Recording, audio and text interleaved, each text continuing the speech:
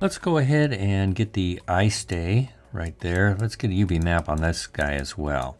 So first thing I'll do is I'll hit Shift H to hide everything except that. I'll bring up my UV viewport here. All right, and we'll go ahead and create a new UV map, and this is called Eyestay. There we go.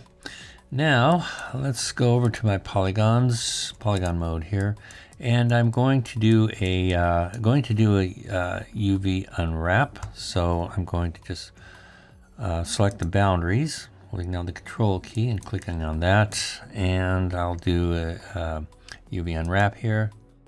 Clicking the viewport once, twice, thrice. Okay, let's bring up our properties and see what we've got here. So that's not too bad. So I've got angle base, I've got selected edges, I've got 1,000 iterations as opposed to say 100, which would give me a much different sort of look.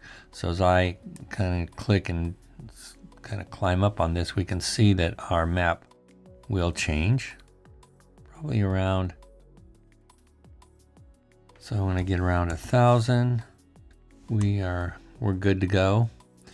And we're using an initial projection as a planar. And we're using a U as a pinning axis as opposed to the V. And yeah, so we've got a pretty good start right here.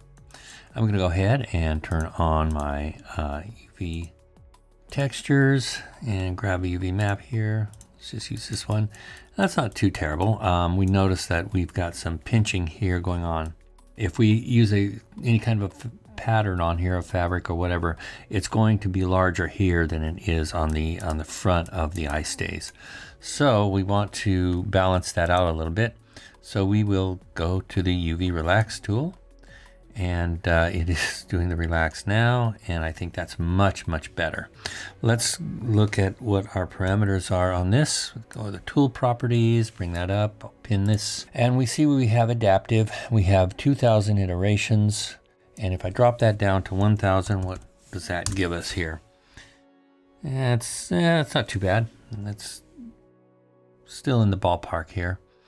We have boundary set to smooth and our area weight at 10. So I think these settings are pretty good for this particular object. And I'm going to go ahead, close that, and I'll do a fit, and we're good. All right.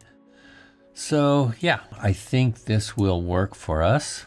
I'll turn this off for now and unhide all my parts. Now the rest of the shoe, the UV map for the inside parts of the shoe and this padding, as well as the tongue and the strings, we'll do those later as we go along, as we start texturing. So for now, this will work for what we've got, and we'll go ahead and start adding textures to these panels.